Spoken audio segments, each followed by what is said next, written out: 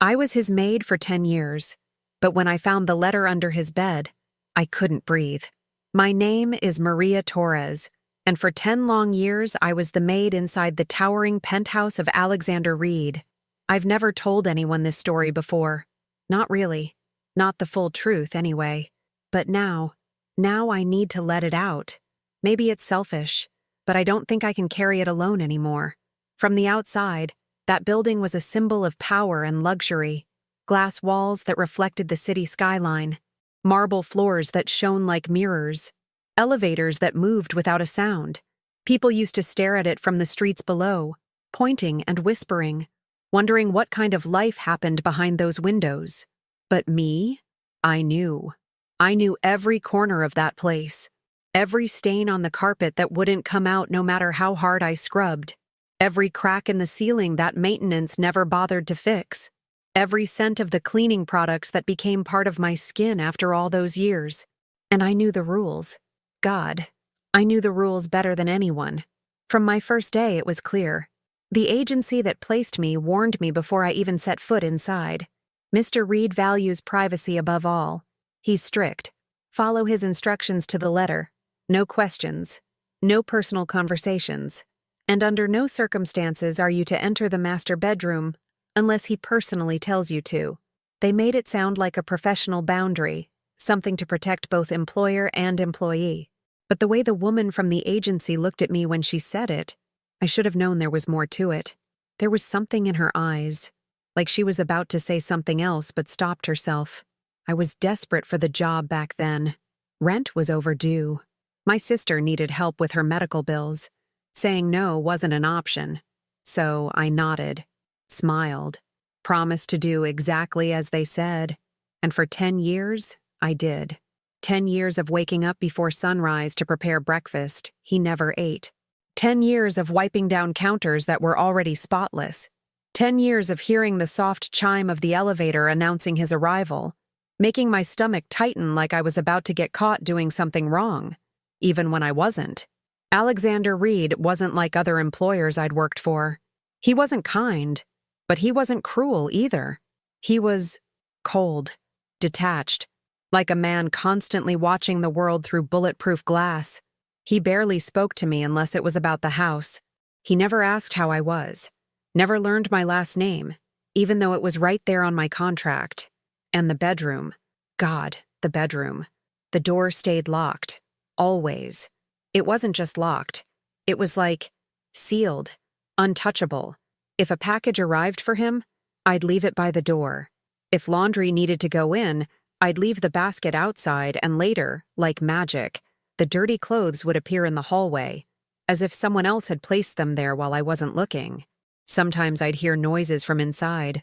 Late at night, mostly. A chair scraping against the floor. Heavy footsteps pacing back and forth. Once I thought I heard glass shattering, but the next morning, not a single thing out of place. And I never asked. Not once. I told myself it wasn't my business. That was how I survived there, by minding my own business. But even with all my silence, even with all my obedience, there were things I noticed, things I couldn't unsee, like the security cameras. There were more cameras in that penthouse than I'd ever seen in a private residence. Tiny black lenses tucked into corners. Some visible, some hidden. I know because I found one behind a bookshelf once when I was dusting. And then there were the phone calls. Sometimes, late at night when I'd be mopping the kitchen floor or folding towels in the laundry room, I'd hear his voice. Low, urgent, always in the study, always with the door closed. Sometimes he'd be yelling. Other times, just whispering so quietly that I'd press my ear to the wall and still couldn't make out a single word. On more than one occasion, I saw him bring people into the apartment. Men in suits, women in designer clothes. They never stayed long. An hour at most. They'd arrive tense, leave looking paler than when they came in. And Alexander? He never walked them to the door. They let themselves out, eyes cast down, moving fast like they couldn't get out of there quickly enough. But still, I stayed out of the bedroom. I stayed in my lane. There was this one night, this was maybe 6 years in, when I heard what sounded like crying. real, raw, broken crying coming from behind that bedroom door. I stood outside the room, holding a basket of clean towels, frozen in place. Every instinct told me to knock, to ask if he was okay, but something stronger told me to walk away. So I did. And after that night, the bedroom door stayed locked tighter than ever. Sometimes, when I passed by, I'd catch a faint smell, like dust and old books mixed with something metallic. I couldn't explain it. I just knew the air outside that door always felt heavier. I'd go home after my shifts, crawl into bed and wonder why I stayed, why I kept going back. But the truth was, I needed that job. And over time, the house became a routine, a rhythm, almost like muscle memory. Wake up, clean, cook, stay quiet, go home, repeat. Even the people who knew me best, my sister, my neighbor Rosa, the ladies I talked to at the market, they all knew not to ask too many questions about my job. I'd just say, "It's a good paycheck," and leave it at that. But deep down, I think I knew something was wrong. Something had always been wrong. I just didn't have proof. Not until that morning. The morning everything changed.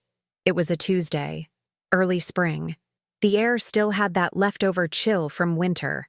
I remember walking into the apartment and knowing something was off before I even put my bag down. There was no music playing from the speakers like usual. The study door was wide open. His coffee mug from the night before still sat on the counter, half full and cold. And most shocking of all, the bedroom door. It was open, just slightly, barely more than a crack.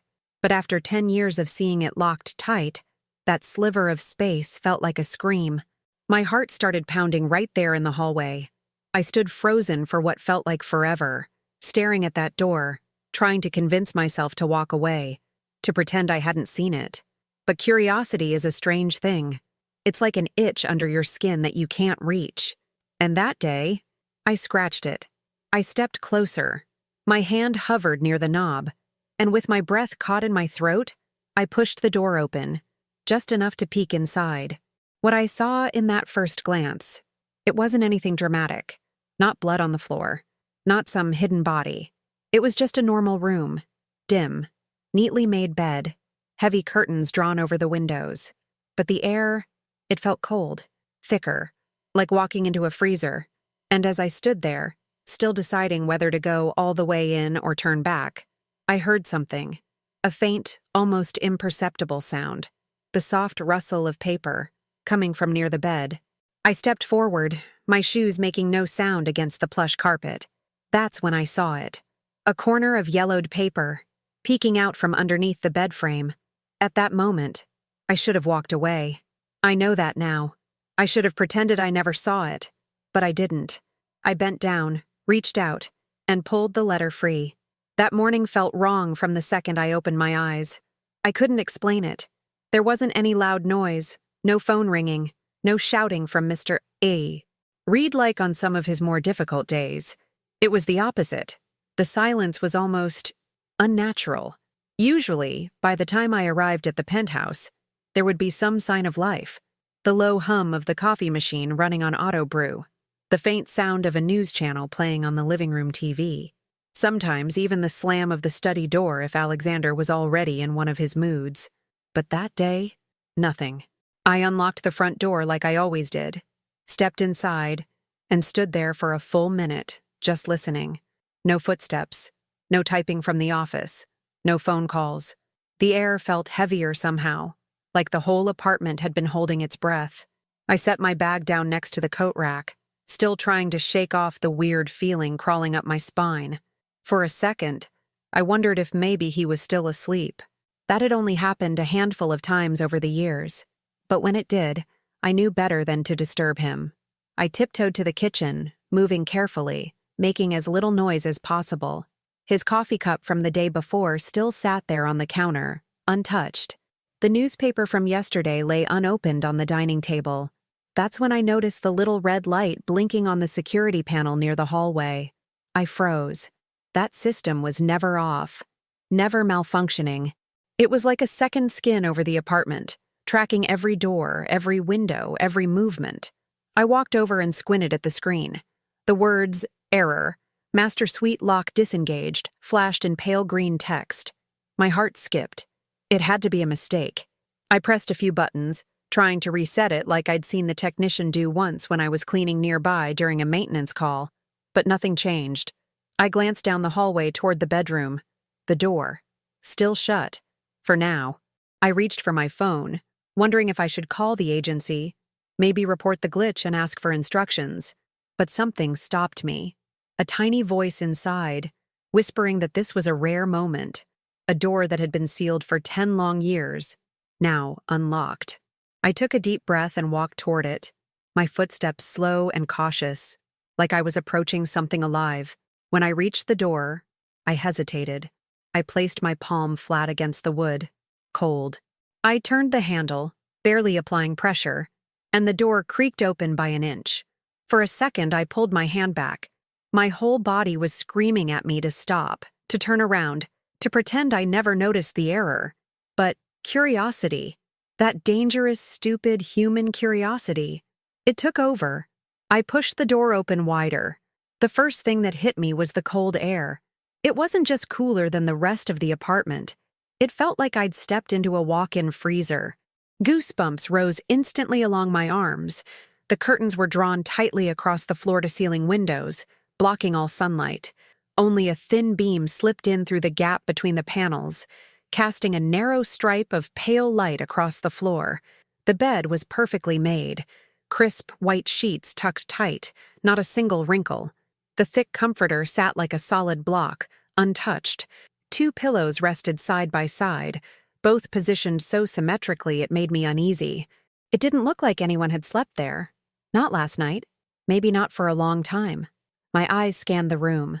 No framed photos, no books on the nightstand, no personal items, not even a water glass or a watch charging on the dresser. The only decoration was a single painting on the far wall, a landscape of some distant forest, all grays and blues. So faded it looked almost like a memory of a place rather than a real location. I stepped inside fully now, the plush carpet muffling my footsteps.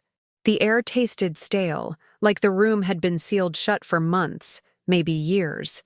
On instinct, I pulled the vacuum cleaner from the closet down the hall. If anyone asked why I was in there, I could say I was cleaning because of the security malfunction. It was flimsy, but it was better than having no excuse at all.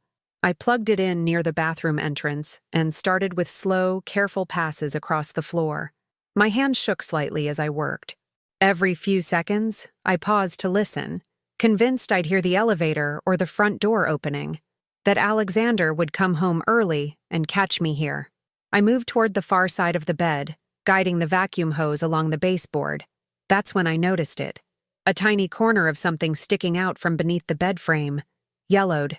Thin. Paper. My breath caught. I turned off the vacuum and crouched down, heart thudding so loudly in my ears I thought I might pass out.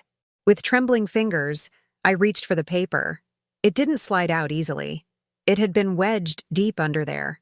As I tugged, a small cloud of dust rose into the air, making me cough. Finally, the paper came free. I sat back on my heels and stared at it. A letter. Old, by the looks of it. The edges frayed. The folds deeply creased like it had been opened and closed many times. There was no envelope, just the letter itself. My name was on the first line, not in printed type, but handwritten. Dark blue ink, slightly faded. Maria. Just seeing my name written like that, in a handwriting I hadn't seen in years, made my stomach twist. I hesitated, fingers trembling as I unfolded the paper. I told myself I shouldn't read it, that it was a violation, that if Alexander caught me, I didn't even want to imagine what would happen. But the truth? Somewhere deep inside, I knew this wasn't just any letter. This was something I was meant to find. I unfolded it completely and began to read. The paper crackled softly as I unfolded it, the faint scent of dust rising from the creases like a ghost of time itself. The handwriting was shaky but unmistakably human, like each letter had been written with a trembling hand. I could see where the ink had smudged in places, as if the writer had hesitated or wiped away tears mid-sentence. And there, right at the top, my name. Maria. My throat tightened. The room seemed to tilt slightly, like the air had shifted and gravity no longer worked the way it should. I blinked, forcing my eyes to focus on the words. The first few lines blurred together, and I had to start again. Maria, if you're reading this, it means I couldn't get out in time. For a few long seconds, I couldn't breathe. I stared at the signature scrawled at the bottom. Samuel. Samuel Reed. It felt like I was being punched in the chest. I hadn't heard that name spoken aloud in almost a decade. Hadn't let myself think about him for just as long. I'd locked him away inside some dark corner of my mind where all the things too painful to remember stayed hidden. And now, here he was. Or at least, his words. My fingers trembled as I gripped the letter tighter, bringing it closer to my face so I could keep reading. I wanted to tell you sooner. God knows I tried. But everything happened so fast. One day we were making plans, and the next I was being watched, followed, threatened. I closed my eyes for a second, and in that darkness, memories came rushing back like floodwaters breaking through a dam. Samuel's smile, soft and crooked like he was always keeping some inside joke to himself. The way he used to sneak into the kitchen late at night when I stayed late cleaning, offering me a cup of coffee I knew he made just for me. The way his eyes lit up when we'd talk about books, music, places we wanted to visit. And then, just like that, gone.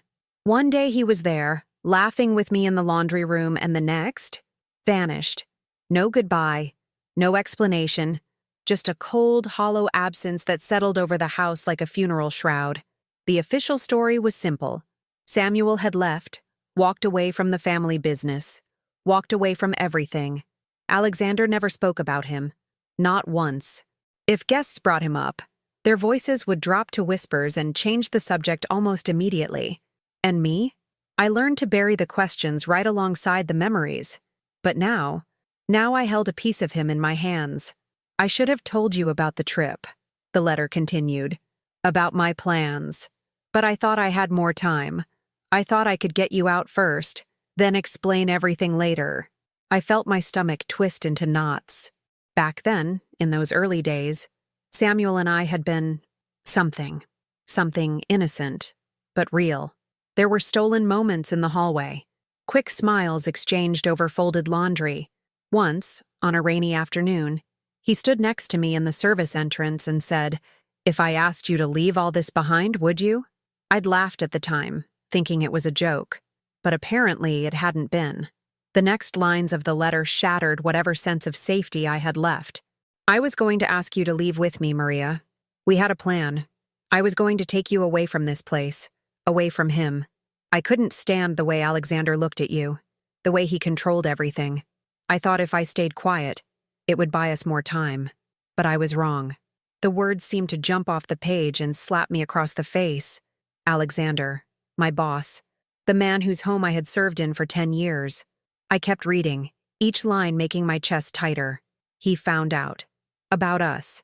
About my plans. He told me there would be consequences if I didn't cut ties with you and stay put. I didn't listen. A sharp noise escaped my throat. Half gasp, half sob. The memories from those last few weeks before Samuel disappeared came back with horrifying clarity. The sudden coldness in Samuel's eyes when we crossed paths in the hallways. The way he started avoiding me altogether. The night I stayed late cleaning and caught him standing at the front door, suitcase in hand, only for him to turn around and go back inside without a word. I'd told myself he was scared of commitment, that he'd gotten cold feet, that maybe I'd imagined our connection all along. But no, it hadn't been about me. It had been about Alexander. The next part of the letter made my hands go numb. If you're reading this, it means I'm gone. Not by choice. Not by accident. Maria, I didn't leave willingly. I shook my head, tears clouding my vision. My breathing became shallow, and for a moment, I had to press my hand to my chest, trying to catch my breath. The words blurred again, but I forced myself to keep reading. I don't know what he'll do next. I don't know if you'll be safe. I wanted to protect you, but I failed. The last lines hit like a sledgehammer. Run.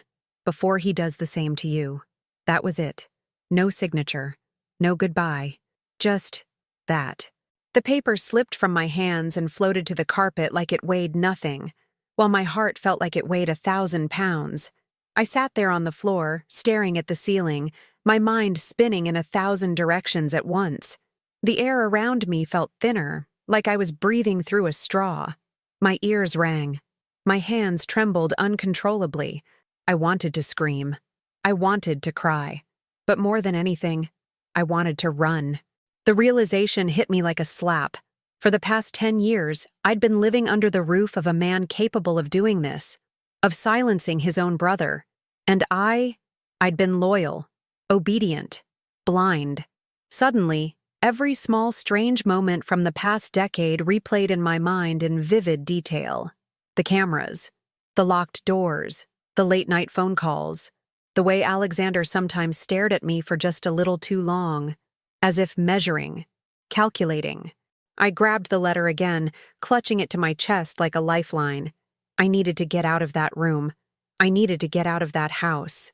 I stood up on shaky legs and stumbled toward the bedroom door, pausing only for a split second to glance back at the bed. The untouched, perfect bed, under which this terrible truth had been hiding all along. With every ounce of strength I had left, I pulled myself together, shoved the letter deep into my coat pocket, and ran. I didn't even bother turning off the vacuum. Didn't care about locking the door behind me. For the first time in 10 years, I broke the rules. And as I rushed down the hallway toward the elevator, one single terrifying thought echoed in my mind over and over. I might already be too late. I don't know how I made it down to the street without collapsing. The city noise felt louder than ever, horns blaring, people shouting, tires screeching, but it all sounded distant, like I was underwater.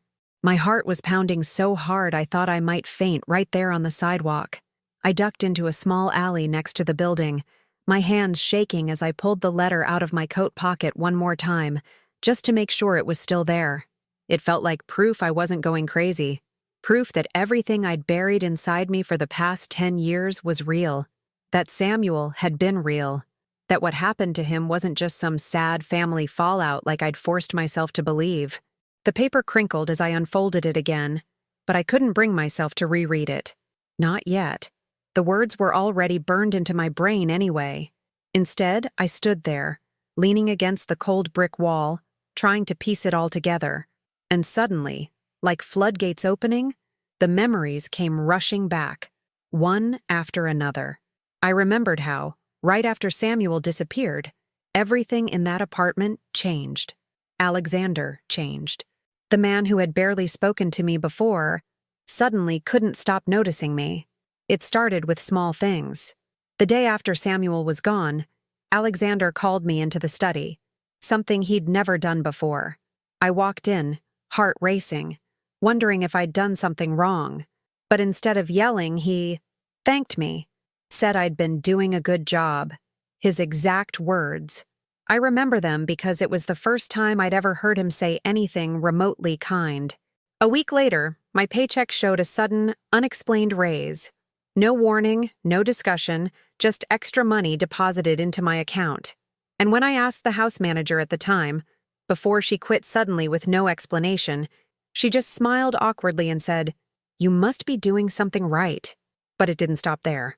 Alexander started asking me questions, personal questions, about my family, about where I lived, if I was happy working there, if I had plans to leave anytime soon.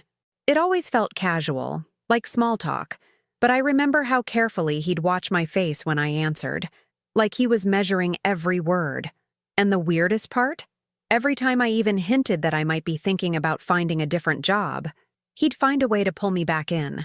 One time, when I mentioned my sister was struggling with her hospital bills, he called me into his office the very next day and handed me a bonus.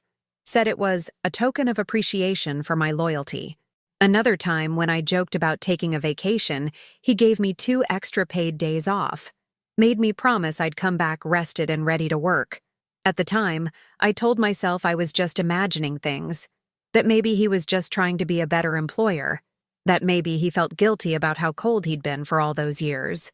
But now, standing there in that alley with Samuel's letter crumpled in my shaking hands, I saw it for what it was. Control. Manipulation. Keeping me close. Keeping me quiet. Then there were the guests. I started remembering the way people would drop their voices whenever Samuel's name came up, if it even came up at all.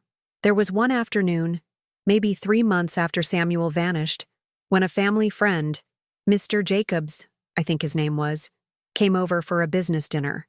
I overheard him ask Alexander, "Have you heard from your brother yet?" Alexander's face turned to stone in an instant. He put down his glass, leaned in, and said something so quietly I couldn't hear it from the hallway where I was setting the table. But Mr. Jacobs didn't bring it up again after that. In fact, he left early that night, looking pale and rattled. Other visitors were the same. They'd arrive laughing and talking, but if Samuel's name slipped out, everything stopped. The room got cold. People's eyes darted to Alexander like they were waiting for his reaction. And then there was the way the Reed family handled it. For a family with that much money, power, and media presence, they never made a public statement about Samuel. No missing person reports, no press releases, no private investigators seen coming or going. Nothing. One day he was there. The next, it was like he'd never existed. His photos disappeared from the walls. His name was erased from the holiday cards the family sent out each year. Even the other staff members stopped mentioning him, almost like they'd been told not to. And me? I went along with it. I convinced myself it wasn't my place to ask questions, that it wasn't my business. But now, I couldn't lie to myself anymore. The truth was right there in black and white. Alexander had known about us, about me and Samuel.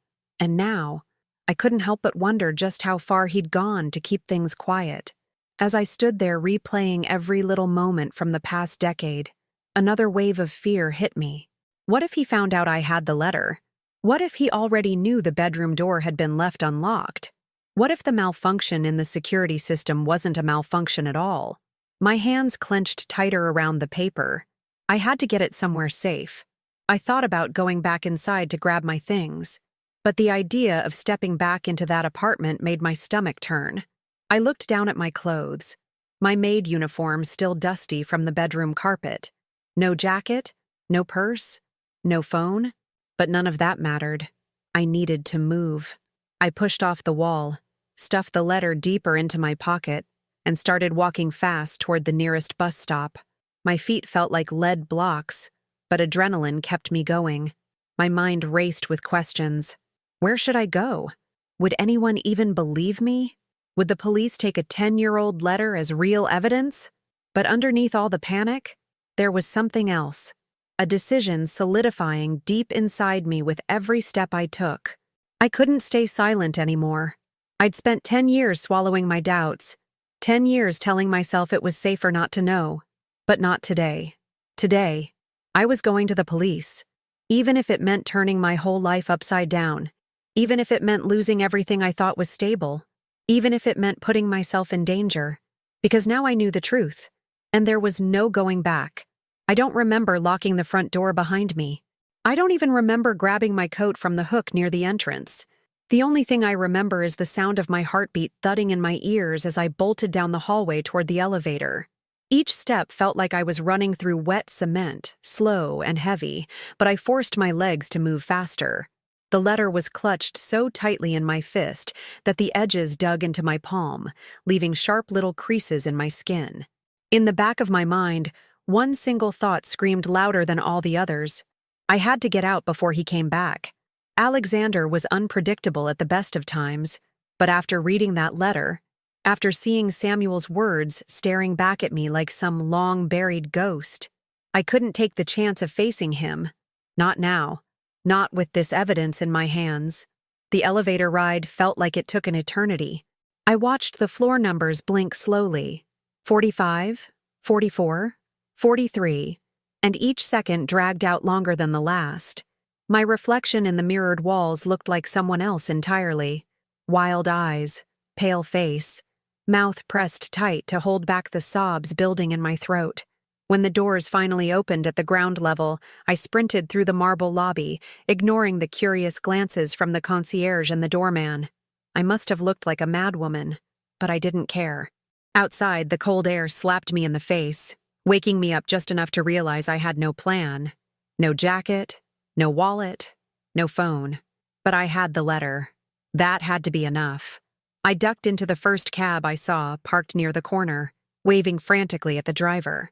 I didn't even wait for him to ask where I was going. The words spilled out of my mouth like a flood. Take me to the nearest police station. Please, hurry. The driver gave me a quick, suspicious glance through the rearview mirror, probably wondering if I was drunk or running from some domestic fight. But something in my tone must have convinced him, because he pulled into traffic without another word. As the city blurred past outside the window, the panic started to settle into something colder, something worse. Doubt. What if no one believed me? I was just a maid, a housekeeper, a nobody, a woman with no college degree, no legal expertise, no connections. And Alexander? He was Alexander Reed, wealthy, respected, powerful. The kind of man who shook hands with politicians and had entire law firms on speed dial. What chance did I have? I pulled the letter out of my pocket, glancing over the faded ink again. Each word still felt like a punch to the gut, but another thought struck me like lightning. What if they said it wasn't real? What if they claimed I wrote it myself? Fabricated the whole thing out of bitterness or revenge? I stared at my reflection in the window, feeling my stomach twist. I was in uniform. No makeup, hair pulled back in a messy bun.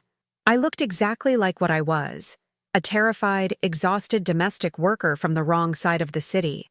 I tried to push the doubts away, tried to hold on to the fact that Samuel had written this, that there had to be a way to prove it, that his handwriting, the paper, the age of the ink, something, anything, would back me up.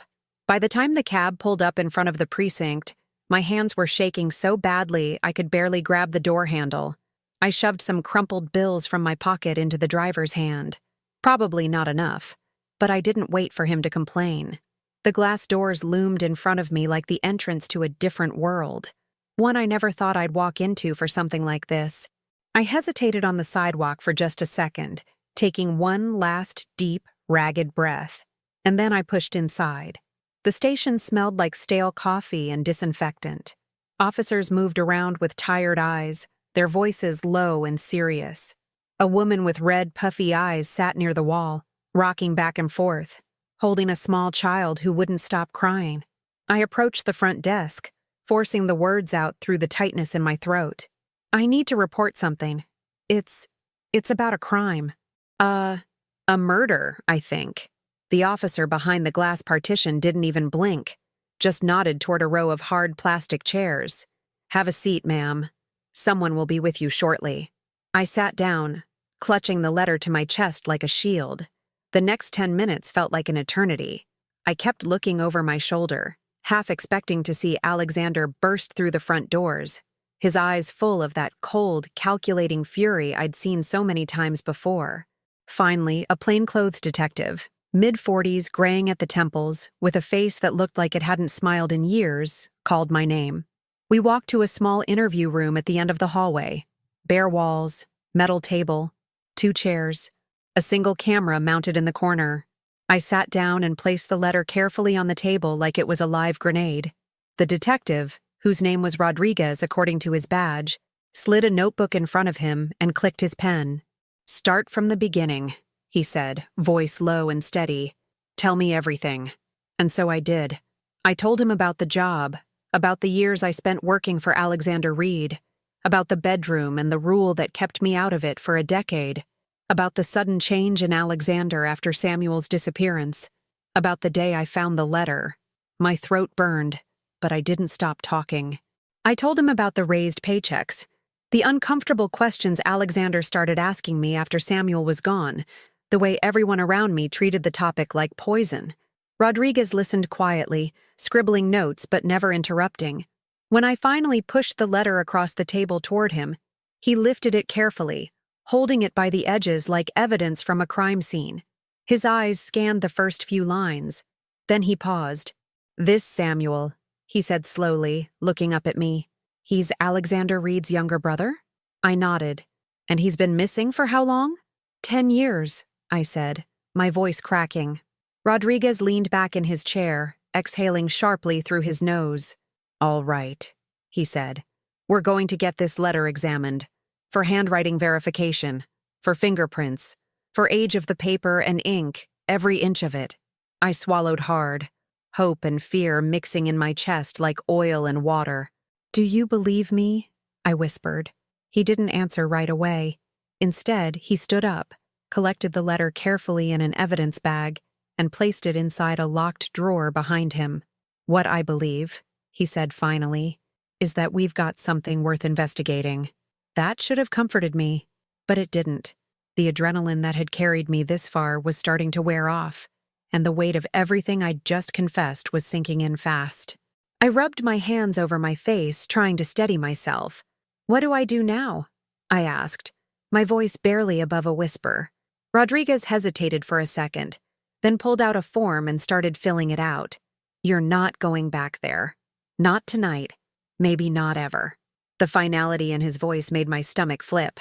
"We'll put you up in a safe location until we figure out the next steps," he continued. "Do you have anyone you trust? Family? Friends?" I shook my head. Most of my family was scattered across different cities, and I hadn't told anyone about my life inside that penthouse. Not really. Rodriguez gave me a small, sympathetic nod. "All right, then we'll handle it." An officer led me to a side exit where an unmarked car waited to take me to a safe house on the other side of the city. As I climbed into the back seat, I looked back at the precinct one last time. Somewhere inside that building, locked in a drawer, was the letter that could unravel everything. I wrapped my arms around myself and closed my eyes, knowing deep down that this was only the beginning. The safe house was a small 2-bedroom apartment on the other side of the city, tucked between an old laundromat and a boarded-up convenience store. The windows had thick blinds that stayed closed day and night, and the locks on the doors were newer than anything else in the building. The officers who dropped me off told me it was temporary, just until they knew I was safe. But safe didn't feel like the right word. I spent the first night curled up on the couch, staring at the muted television. Every creak of the floor above me, every car passing outside, every footstep in the hallway sent my heart racing. Sleep didn't come easily. When it did, it was fractured, haunted by dreams of Samuel's face and Alexander's eyes watching me from the dark.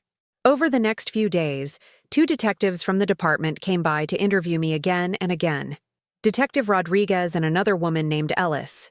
They asked about everything: my time working in the penthouse, my interactions with Samuel, the smallest, most insignificant moments I could remember. They wanted dates, times, conversations. I answered as best I could, my voice shaking but steady enough to get through each session. They took notes, recorded my statements, and reassured me that they were doing everything possible to build the case. Still, the waiting was unbearable.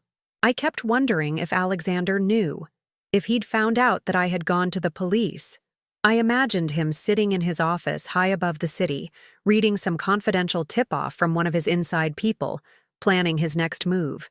But then, on the 4th day, everything changed. It was early morning. I was sitting at the small kitchen table in the safe house, stirring sugar into a cup of instant coffee I hadn't touched. The television played softly in the background, the local news channel looping the weather forecast for the 3rd time that hour. Then, the screen shifted. The anchor's voice dropped into that serious, urgent tone that made my stomach clench. "We have breaking news this morning from downtown. Sources confirm that a forensic investigation is underway at the home of Alexander Reed, CEO of Reed Global Holdings." I froze. The camera cut to an aerial shot of the penthouse building. Yellow police tape fluttered in the wind. Uniformed officers moved in and out of the lobby. A few crime scene vans were parked along the curb, and more than a dozen reporters had already gathered behind the barricades. My hand shook as I turned up the volume. The news anchor continued, reading from her notes. "Authorities began searching the property earlier today, following new evidence submitted in connection to the 10-year disappearance of Samuel Reed, Alexander's younger brother. Unconfirmed reports suggest that cadaver dogs have signaled to investigators near the building's lower-level wine cellar." My coffee cup slipped from my fingers and shattered on the floor. Wine cellar. The penthouse didn't have a traditional basement like most homes. but I knew what they meant. There was a private storage level below the main apartment, a temperature-controlled wine cellar built into the substructure of the building. I'd only been down there once, years ago, to help bring up a case of expensive champagne for a corporate party. The place had always given me the creeps. Too dark, too cold, too quiet. I pressed my hands to my mouth as the broadcast switched to a live feed. Reporters pushed microphones toward detectives in suits. No one was giving statements yet, but the tension in the air was thick. I didn't realize I was crying until I felt the tears hit my hands. Later that afternoon, Detective Rodriguez called. His voice was heavier than usual. "Maria, I just wanted to let you know. They found remains." I sank to the floor, my legs giving out beneath me. "Where?" I asked, even though I already knew. "Underneath the wine cellar floor. Concrete had been poured over it at some point, probably to seal it. It's going to take some time for the full forensic analysis, but..." He paused. "But we're already running preliminary DNA tests." My vision blurred. I gripped the phone tighter. "Is it him?" I whispered. Rodriguez's sigh on the other end told me everything before he said the words. "We're 90% sure. The forensic markers match, but we'll wait for full confirmation before it goes public." I sat there on the cold linoleum floor, rocking back and forth, clutching the phone to my chest. Samuel. All this time. He'd been there, right beneath the house, right beneath my feet. While I vacuumed floors, polished furniture, prepared dinners, he had been buried just a few steps below me. The weight of that realization crushed me. For the rest of the day, I stayed glued to the TV. By evening, the media frenzy exploded. Every news outlet in the city had picked up the story. By nightfall, it had spread nationwide. Breaking banners ran across the screen. Body found in CEO's penthouse. Investigation into Riyadh family mystery. Brother of billionaire businessman found dead after 10 years. And then, the footage I'll never forget. A live shot outside the Reed Global Holdings corporate tower. Alexander, walking out of the building surrounded by detectives, his hands cuffed behind his back, his perfectly tailored suit slightly wrinkled for the first time in all the years I'd known him. The press shouted questions as the cameras flashed non-stop. "Mr. Reed, do you have anything to say about the allegations? Is it true you killed your brother? Were you planning to run?" Alexander kept his head high, his face unreadable, the same cold mask he'd worn every day in that penthouse. But I saw it, the flicker of something behind his eyes. For the first time, he didn't look untouchable. Later, the news confirmed the charges. First-degree murder, obstruction of justice, witness intimidation. The word coercion came up more than once. My phone rang all night. Calls from reporters, legal teams, people I hadn't spoken to in years suddenly trying to get my statement. I ignored them all. The police advised me to stay put, to keep low. They said things would get worse before they got better. That there would be court hearings, depositions, trials. That I'd likely become the central witness for the prosecution. And as much as that terrified me, part of me knew there was no other way. For the first time in 10 years, people believed me. Samuel's story was finally being heard. And mine, whether I wanted it or not, had become part of it. That night, I stood by the small window of the safe house, staring out at the city lights. Somewhere out there, the world kept turning like nothing had changed. But for me, everything had. Walking into that courtroom for the first time felt like walking onto a stage I never auditioned for. Rows of wooden benches lined with strangers. Cameras stacked on tripods at the back like a row of cold, metallic eyes. Reporters scribbling notes with frantic hands. I could feel the weight of every single person's stare as I was led to the witness stand. My palms were slick with sweat, and my heart pounded so violently I thought I might faint before even sitting down.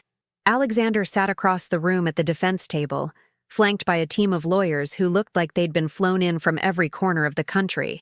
Their suits were perfect. Their smiles were thin and practiced. But none of that mattered compared to him. Alexander Reed, my employer for 10 years, the man whose footsteps I memorized, whose schedule I knew down to the minute, whose cold voice had echoed through my days like background music. He sat there stone-faced, his expression unreadable, just like always. But this time, there was something different. A tightness around his jaw, a flicker of exhaustion in his eyes. The mask was cracking, whether he wanted to admit it or not. The prosecutor was a woman named Monroe, sharp, relentless, with a voice that cut through the courtroom like a knife. When she called me to the stand, my knees wobbled, but I made it there. I took the oath with shaking hands, my throat dry as dust. Then the questions started. They wanted me to go back to the beginning. The first day I stepped into the penthouse. The first time I noticed how locked that bedroom door always stayed. The years of silence. The shift after Samuel disappeared.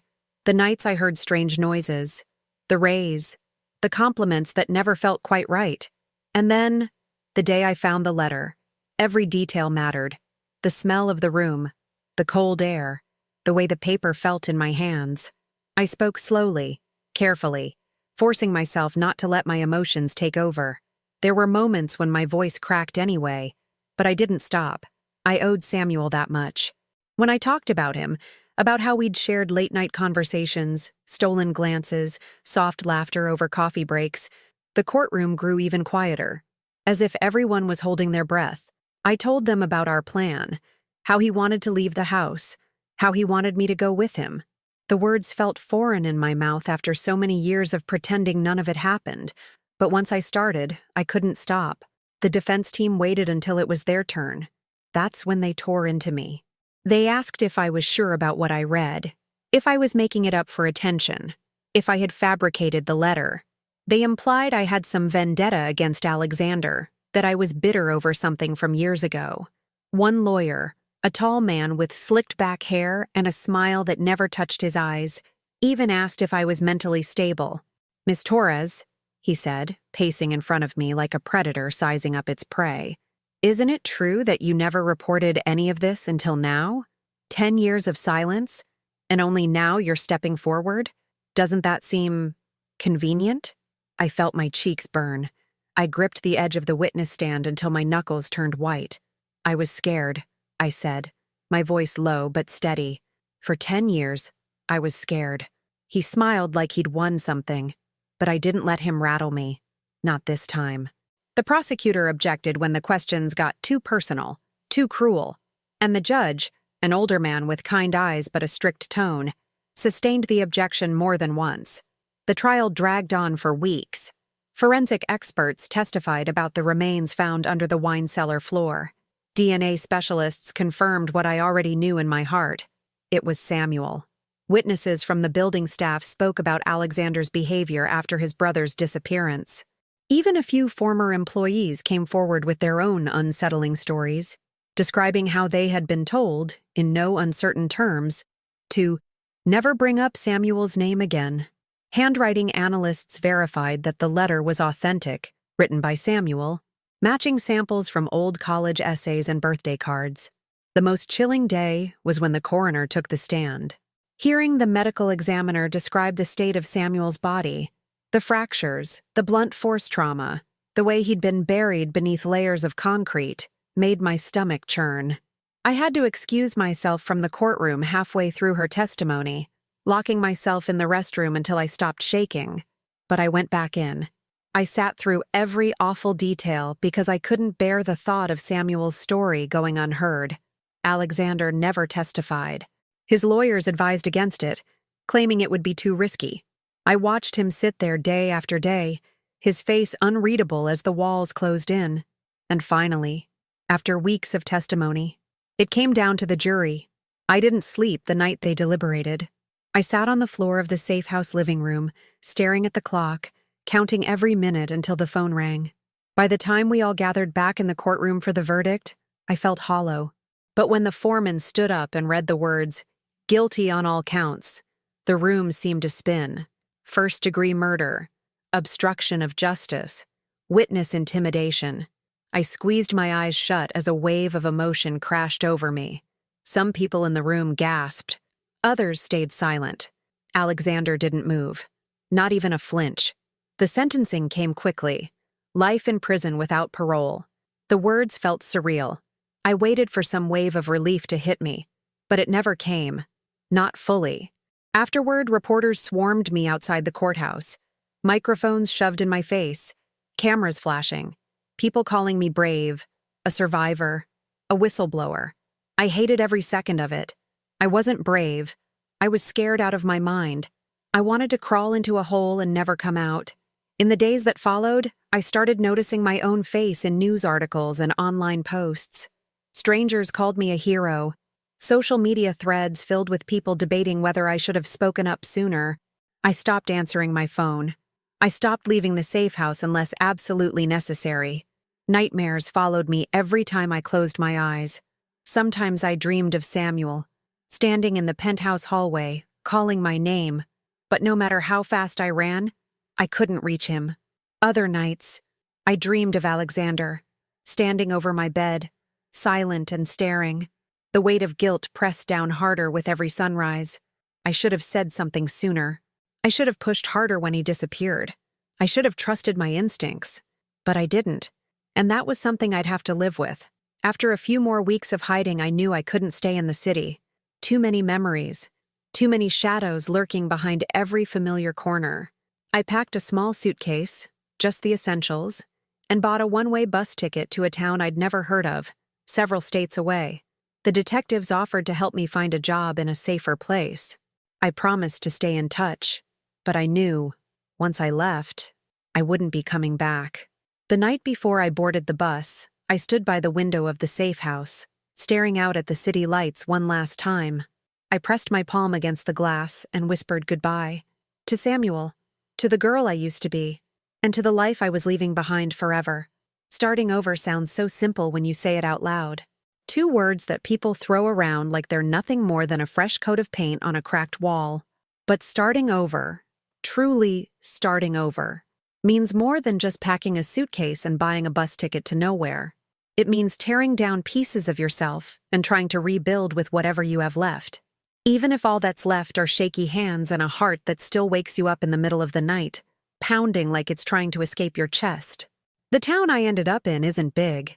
It's the kind of place where people still wave at each other from their front porches, where the diner waitress knows your coffee order by your second visit, and where everyone's business spreads faster than wildfire. But that was exactly what I needed. Somewhere quiet. Somewhere no one knew me as Maria Torres, the maid from the Reed case. Here, I'm just Maria. For the first few weeks, I kept my head down. I rented a small 1-bedroom apartment above an old bookstore. The walls are thin, and sometimes I hear my neighbor playing guitar late at night. But there's a comfort in that. In knowing that the sounds I hear now aren't footsteps outside my door or whispered conversations I was never meant to hear. I found work faster than I expected. Not cleaning this time. Not scrubbing floors or changing sheets. I became a counselor. It started at the local community center. They were running workshops for domestic workers, housekeepers, nannies, caregivers, women who spent their lives inside other people's homes, often invisible, often unheard. When I sat in on my first group session, just as a guest, I listened as women talked about their fears, their bosses who yelled or manipulated, their jobs that felt more like prisons than employment. Something inside me shifted. By the end of that first meeting, I knew what I needed to do. Now, every Thursday night, I sit in a circle of folding chairs with women who remind me so much of who I used to be. I teach them how to spot manipulation, how to set boundaries, how to document everything, how to speak up, even when their voice shakes. I never tell them my whole story. Not yet. Some parts still feel too raw, too personal. But when they ask why I care so much, I just smile and say, because I've been there. And it's true. I keep a small wooden box in the back of my bedroom closet. Inside, folded and wrapped in an old silk scarf, is the letter. Samuel's letter. There are nights when I sit on the floor in front of the closet door, holding the box in my lap, debating whether to open it again. Sometimes just touching the wood is enough to bring it all back. The smell of the penthouse carpet, the cold air of the master bedroom, the sound of the courtroom when the verdict was read. I never open it. I don't need to. The words are etched into my memory. They always will be. I think about Samuel often. I wonder what life would have been like if things had been different. if we had run away like he wanted, if he'd survived, if I'd been brave enough back then to ask the questions that haunted me. But regret is a heavy thing. It can sink you if you let it. So I try to focus on what I can do now. There are still nights when the nightmares come.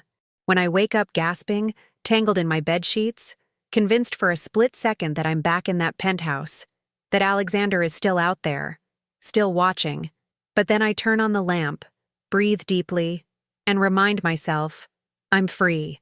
I get up, make tea, sit by the window, watch the streetlights flicker, and tell myself again, I survived.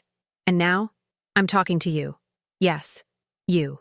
The person sitting there, listening to this story, maybe wondering why I'm telling it now, after all this time.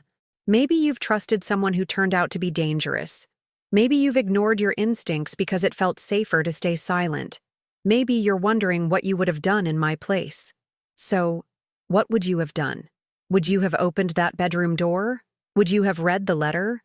Would you have gone to the police, even knowing what it could cost you? I'm not here to judge your answers. There's no right way to survive something like this. But I'll tell you this much. Silence protects the wrong people. If you've ever doubted yourself, if you've ever felt trapped by fear or manipulation, know that you're not alone. There's always a way out. It might not be easy. It might take longer than you want, but it exists. And if you've made it this far into my story, thank you for listening. I never thought I'd share all of this. Not like this. But if my experience helps even one person, then it's worth it. So tell me, what would you have done? Leave your thoughts in the comments. Be honest. Would you have stayed? Would you have run? Would you have dared to read that letter?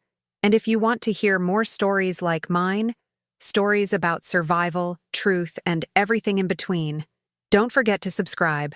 I'll be here, listening, waiting, and always surviving. If this story moved you, leave a comment and tell us which country you're watching from. We love hearing from you. Leave a like and subscribe to keep listening to real stories and secrets from the elite. Click on the story on your screen. It may reveal more than you imagine.